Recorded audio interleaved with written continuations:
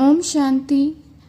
आज हम सुनेंगे बाबा के बताए हुए अंतिम समय के पेपर।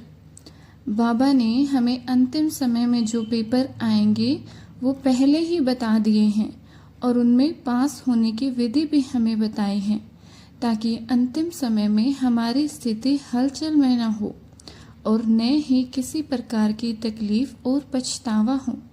हम सब ब्राह्मणों को भी पेपर देना होगा, क्योंकि हमें प्राप्त भी तो उच्च पद करना है। सतयुग में उच्च पद पाना है तो पेपर भी मुश्किल होगा। बाबा विश्व का मालिक भी तो बनाएंगे, तो पेपर को पास करने के लिए अगर लंबे काल का अभ्यास नहीं होगा तो पेपर में हम फेल हो जाएंगे। तो सबसे पहला पेपर होगा माया के 5 विकारों का। तो इसके लिए हमें लंबे समय से अशरीरीपन का अभ्यास करना होगा। अगर इसका अभ्यास ना किया तो आने वाले विकारों के पेपर में फेल होंगे और सजाएं भी मिलेंगी, पद भी भ्रष्ट होगा। इसलिए आत्मिक रूप में होंगी तो स्थिति हमारी परम धाम में ही बनी रहेगी, और परम धाम में तो माया आती ही नहीं है। इसीलिए हमें आत्मिक अभ्यास करना बेहद जरूरी है, ताकि अंतिम स्थिति में हमारी हलचल वाली स्थिति ना हो। और दूसरा है प्रकृति के द्वारा पेपर। बाबा ने तो पहले ही डिक्लेयर कर दिया, अंत में प्रकृति ऐसे ऐसे भयानक रूप दिखाएगी जिसमें सब कुछ तहस नहस हो जाएगा। लेकिन हम अच्छी तरह से अगर योग युक्त रहने का अभी से अभ्यास करेंगे तो प्रकृति हमारी दासी बन जाएगी। अगर निरंतर याद चलती रहेगी तो प्रकृति की तरफ से कोई नुकसान हमें नहीं मिलेगा, क्योंकि बाबा की शक्तियों का ऑरा हमारे चारों तरफ होगा। देखो, आपको पता ही होगा, कुछ साल पहले गुजरात के कच्छ में जो भूकंप आया था उसमें सब कुछ तहस नहस हो गया था, लेकिन बाबा के घर पे एक खरोंच भी नहीं आई थी। सभी वहाँ रहे थे, कई दिनों तक उन्होंने वहाँ ब्रह्मा भोज भी किया था। तो देखो प्रकृति कैसे बाबा के बच्चों का सहयोग करती है। इसलिए कुछ भी हो जाए, बाबा के सिवाय हमें कुछ और याद ना आए। एक बाप दूसरा ना कोई। तीसरा है लौकिक संबंधों का पेपर। अंत समय में हर आत्मा ने अपने हिसाब किताब चुकत करने ही है, और वो होंगे भी जरूर। हमारे सामने भी हमारे माँ बाप भाई बहन हाय हाय करेंगे, क्योंकि उनके कर्मों के हिसाब किताब सामने आएंगे। पर आपने क्या करना है? आपने केवल बाबा की याद करनी है। अगर आपका जरा भी ध्यान आपके लौकिक संबंधों में गया, बाबा की याद छूटी, तो बुरी दृष्टि वाले आपको नुकसान पहुंचा जाएंगे। क्योंकि आप भी ब्राह्मण से फिर साधारण हो जाएंगे ना।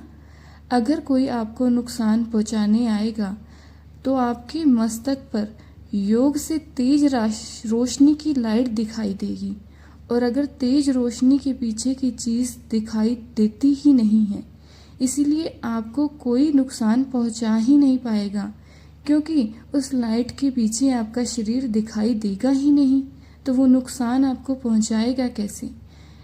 इसके लिए आपको बाबा की याद होनी बहुत ज़रूरी है, क्योंकि बाबा की याद से ही वो लाइट का चक्कर चलता रहेगा।